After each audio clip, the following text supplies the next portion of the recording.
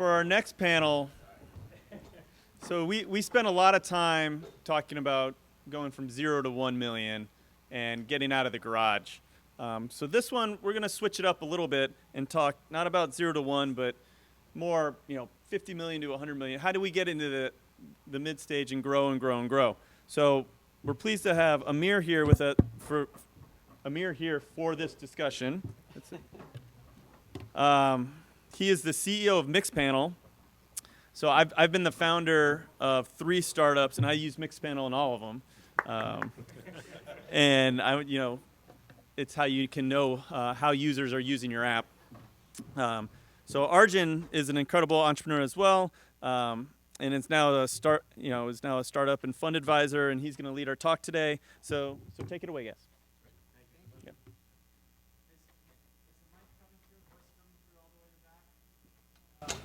How about now? Yeah. Okay. All We'll really right. shout. Yeah, we will project. All right, great. Well, thanks for being here. Excited to have you and have this conversation. So I think just a bit of context on how we'll go through this fireside chat. We got about 25 minutes.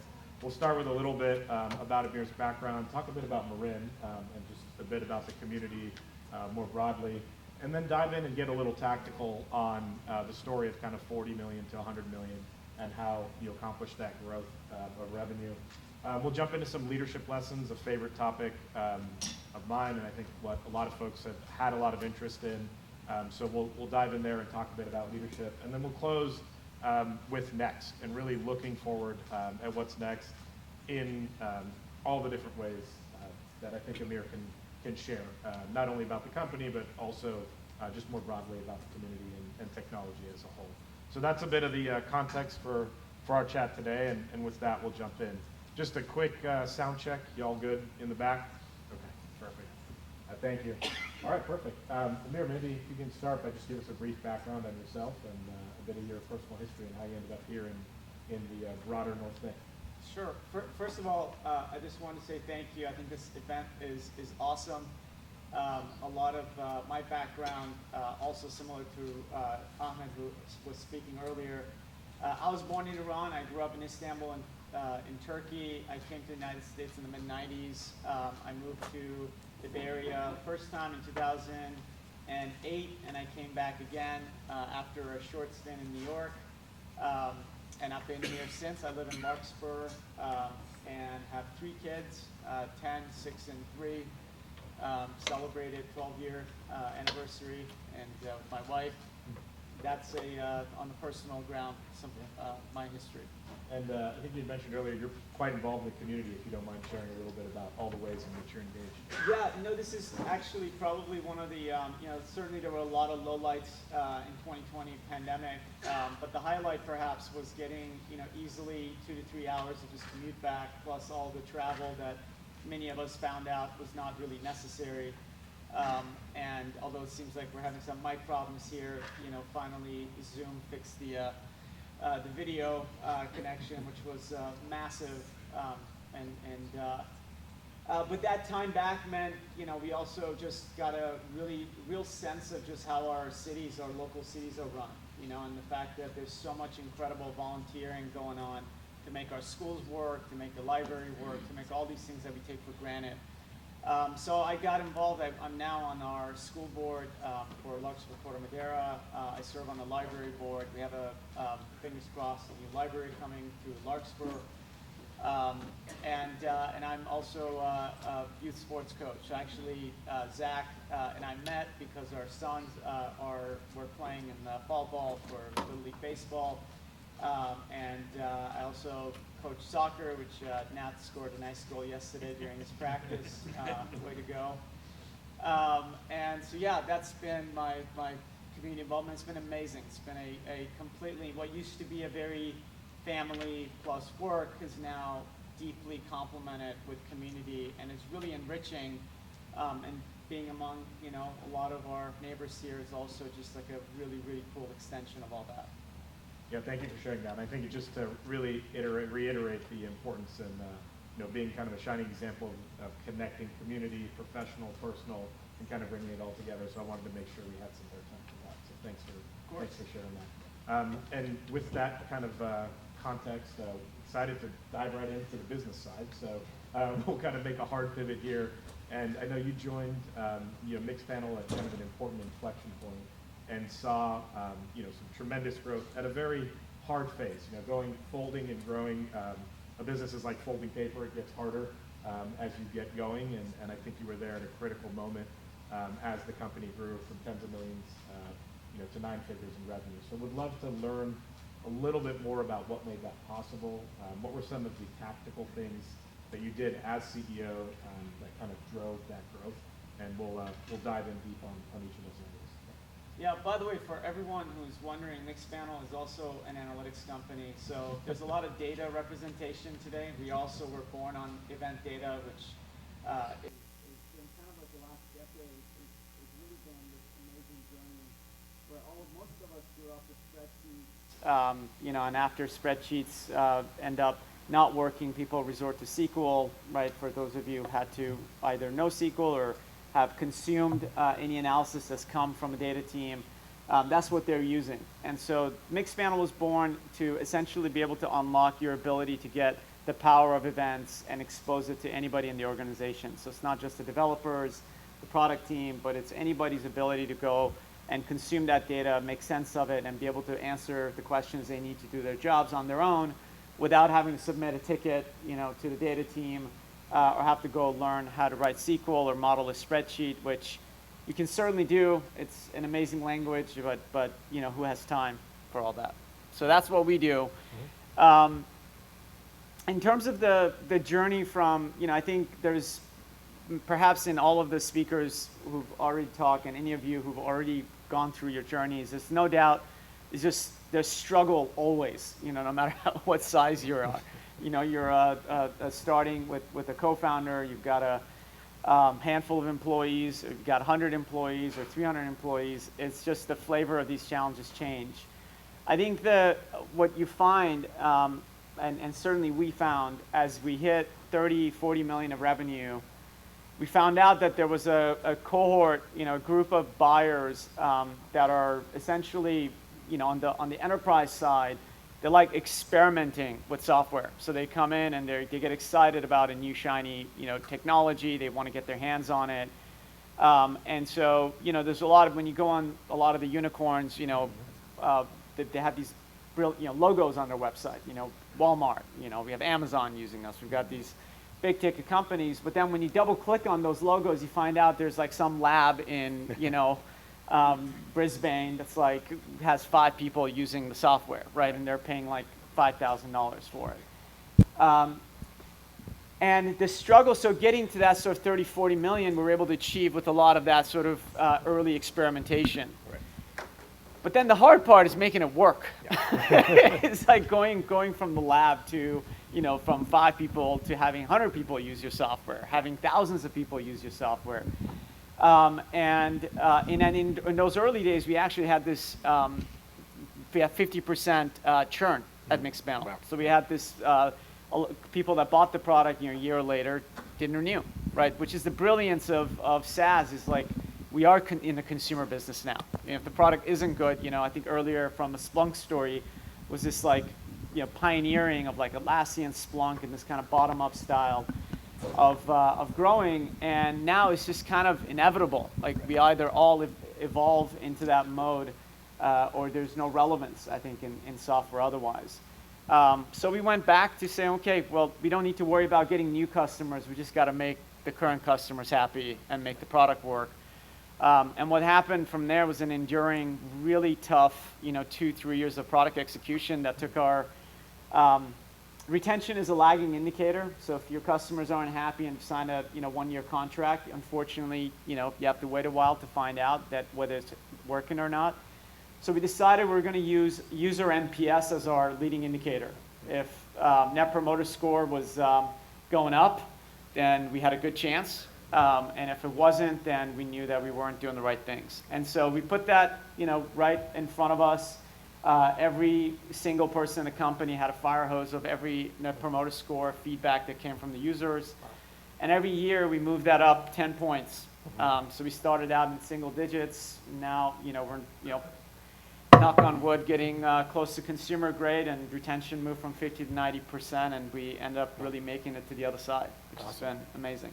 That's great. And so, yeah, appreciate the context on the product side. Would love to dig in a little bit on the go-to-market side as well and understand, it sounded like a land and expand strategy. And so maybe digging into, you had those couple of accounts in, little offices and larger enterprises, but ultimately to get to 9 figures in revenue, those contracts have to go from, 5 figures to 6 figures to 7 figures. And so curious how that transition happened and how you got the go-to-market machinery moving in that direction. Yeah, and I don't want to bore anyone here who's not in the software business, but maybe the one part of this that would probably be really relevant to everyone is there's this sense of like customer focus that I think most companies will claim they have. But in reality, I think when you're working on pricing and packaging, when you're looking at how you're supporting your customers, how the value is actually getting through to your customers, there are these short-term, long-term trade-offs, and most companies really want to be long-term, but they have all these short-term pressures to perform, right, to show up for your quarterly, maybe even not being a public company, even private companies have that pressure for your next fundraising. You want to make the metrics look good. And I think at some point or another, there's a real point where those trade-offs have to be made. For us, we made those in pricing and packaging. We decided to deprecate and get rid of a product that wasn't relevant in the context of us being truly a core analytics company. And those things came with huge trade-offs. We ended up getting rid of $10 million of revenue, which was, significant. And getting the board to buy in, getting our employees to buy in, and actually making those trade-offs was critical. And it was very much our ability to actually confront those moments when you really make those short-term trade-offs willingly and acknowledge the why. And then obviously we then have to show the impact, right? But I think that in terms of go-to-market, this sentiment of putting customers at front and center, and some of them will be obvious. Like there are things that your business or your employees might be doing that are just frankly deeply punitive to your customers. And the way to do that is just get the feedback loop, right? Like we have in every single part of the customer life cycle, we have the ability for the customer's voice to make it into our visibility, right? So we can see whether they're happy with the product. Are they happy with our support? Are they happy with the customer service? Are they happy with their sales interaction? Right. And I think those things are, you take it for granted, right? And especially as the company scales 400, 500 employees, it's harder and harder to have that level of tangible visibility. Yeah. And that's a really good point. I think with that many people, how are you able to synthesize all of that, what I assume is a deluge of customer feedback coming in and still get it across to everyone on the team so that they get that visceral kind of felt sense of what's going on with the customer? Because as you said, that's so critical. Yeah, and this is, and by the way, this is the classic, as you get any kind of a scale, any kind of a success, there's this paranoia, about, is this going to scale? And as you hire individuals who are experienced coming from big companies, that is the first question. It's like, hey, now we need to think about scale, right? Will this thing work? And I think in that world, there's a lot of focus and then goes into, okay, how do we make sense of this large pool of data? And then we all of a sudden over-rotate and dismiss the power of the anecdotal data, right? And that contextual data and that direct feedback that comes. The way we try to solve it is in Slack, we have channels that essentially direct the specific feedback loop that's coming to those specific teams. So the aggregate data may be overwhelming, but the specific data that is relevant for the part of product that this product team is managing goes to that team. So then instead of having, maybe 1,000 lines to consume, now you got 100 lines to consume, and it's doable, right? You can go carve out half an hour and read every single comment. And that's where we started. Now we have all of this kind of synthesis, kind of packaging it up. We dump it into a product called Notion. There's a database that can kind of slice and dice it, tags it, so you can filter it down to, I only want to know about customers in the U.S., specific, into this vertical using this, product feature. Show me what their NPS score is and what they're telling us and what they're happy about. So there's ways to get more sophisticated, but in the absence of that sophistication, I would seriously not dismiss just the ability to like just get Exhibit A, Right. you know, Yeah. just Get it out there. Exactly. Yeah, right. That's great. And do you have any maybe fun anecdotes of that kind of customer centricity paying off, in the long run, or even in the short term or in the long term? Just curious how yeah. coming from that place has benefited the business as you've scaled. Sure. I mean, Mixpanel was born as serving the startups in San Francisco. That was our kind of bread and butter. Over time, we just like every other company, if you really want to hit critical scale, you end up having to get out of Silicon Valley and get more broadly entrenched into the broader economy. But in that sort of transition, we ended up losing a lot of our core roots in terms of the way we monetize. We did pricing and packaging, and we decided to go back and address that. We fixed our free plan, made it much more attractive to startups. We introduced a growth plan that was much more a reasonable way to scale than directly jumping from free to like an enterprise plan that Walmart's going to pay for. And then we came up with a credit system for brand new startups. So if you're a startup that's 2 to 3 years old and is trying to look to find the ability to monetize, there's $50,000 of free Mixpanel you can use toward any of the growth or enterprise plans. And that was a really long-term outlook for us in terms of the way we invested in those things. Came up at a real short-term trade-off, but it ultimately unlocked the real acceleration that led to our Series C that we raised right before the pandemic. Got it. Great. Yeah, just to kind of synthesize some of that, maybe it's about understanding those key customer archetypes as they exist at various stages and sizes, and then creating an on-ramp for growth for them that's really smooth. And it sounds like you were able to accomplish that in this kind of space, and that led to this acceleration. So. Totally. And again, the importance is that change is very scary. Yeah. Right, Mm-hmm. because anytime you change those knobs, especially as you get bigger and bigger, there's a very tangible, immediate impact. And I think maybe the one thing for many of the leaders, in this room, many decisions, obviously you're counting on trusted, folks in your company to make those decisions. I think for these types of trade-offs, it's very unlikely that anyone's going to have the stomach to make something that's going to potentially reduce your top line by 10% in the short term. Right. And so these are changes that ultimately we have to see and make in being able to unlock the next phase of growth. And that is the perfect segue into our next topic around leadership. And I think, leading through these difficult changes and kind of how, you think about leadership, how you think about your relationship with your key executives, how you think about communication out to the broader team, curious some of your learnings and lessons to be shared from that. Yeah. I think one of the things that I really enjoyed earlier when Ahmed was speaking, he was talking about how he really wanted this sense of belonging, and he found that if he had a purpose, then he could get to belonging, and then once he was, he felt that, then he could even refuel the purpose and just like virtuous cycle that got him going. I think for an organization, obviously, if you're an entrepreneur, if you're a founder, a co-founder, that sense of ownership, is ingrained, like it's deep. But for employee number, 100, employee number 500, I think finding even like a remote inkling of that type of ownership, can become significantly more difficult. And I think in some ways,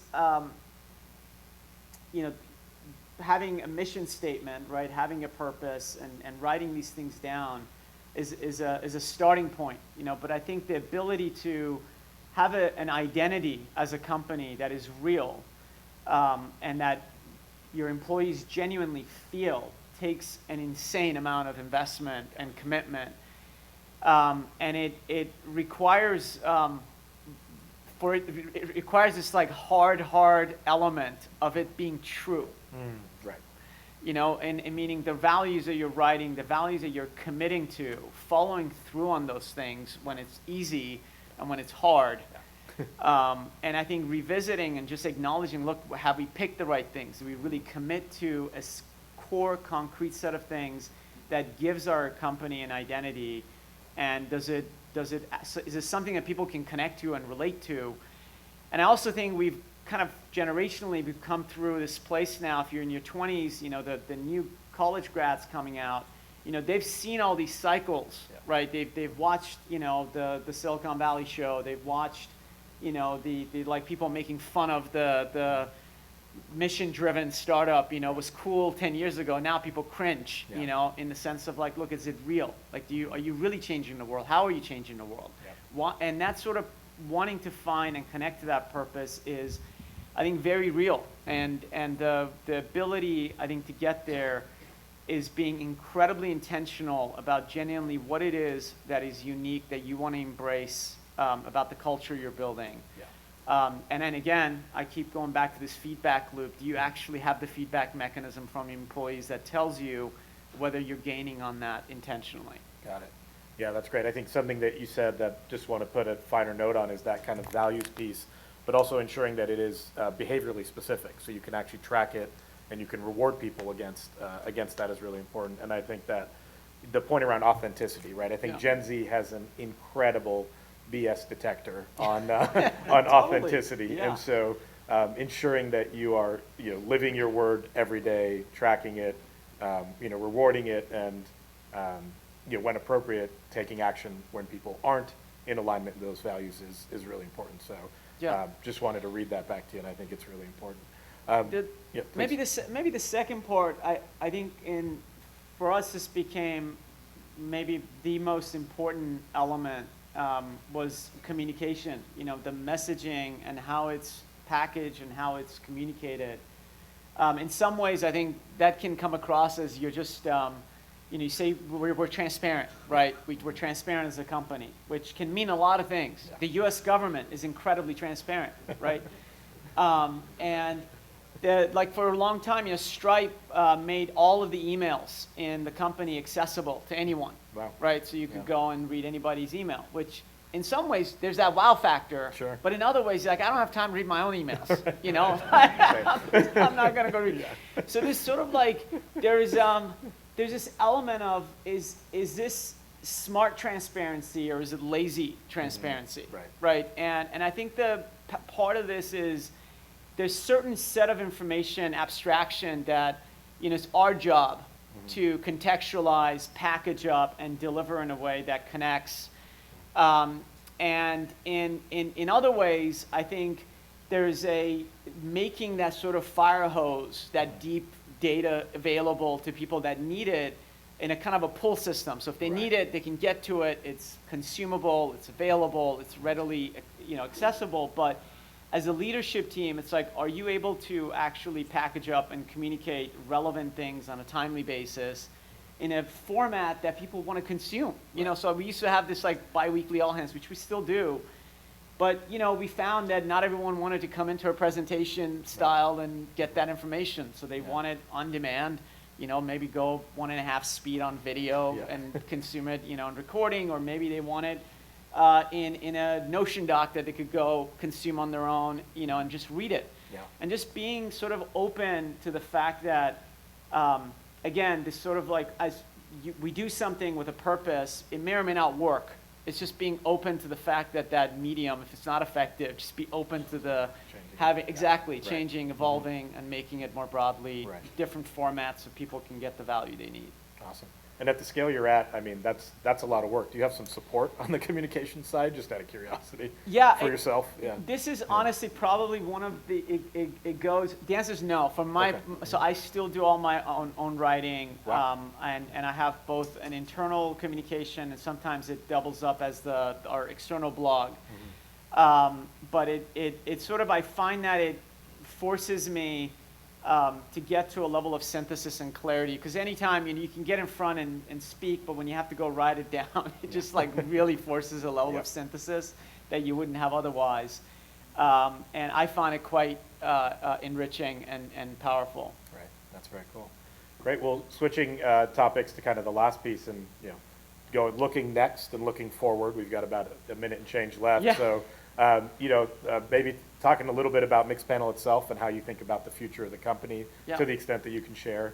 And then just more broadly, I think looking at, the broader North Bay and then technology as a whole, know, Yeah. any thoughts on those topics? would be Okay, great. 1 minute. Yeah, it's a So, lot. I know. We got to keep it punchy. Yes, yeah. I think in terms of product, for us, you know, we're acknowledging this fundamental truth that I think we're all living, which as a society, there's this element of, openness, collaboration, people wanting to connect, not wanting to, work and be in silo, right? And so I think the first iteration of a lot of the SaaS products that many of us use, I know there's Salesforce later on stage, so I don't want to say anything negative, but I have opinions. There's just sort of like element of, a lot of it was a kind of like a copying of on-prem software that was designed, 3 decades ago and just putting it on the cloud.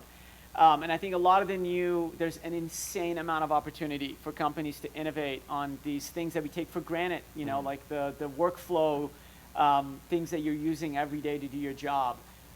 Most of these things should be better. They should be more collaborative. They should be more open. They should be more accessible. They should be a lot easier. And there's better designs and there are better things that are possible, I think, to create today. And it's the tools and what you need to actually get off the ground and really disrupt these software giants is much more readily accessible and available. And I really hope some of them come out of Marin and Sonoma, and I hope Zach funds all of them. Perfect timing. So Okay. that's awesome. Thank you, man. Appreciate it. Thank you, everyone.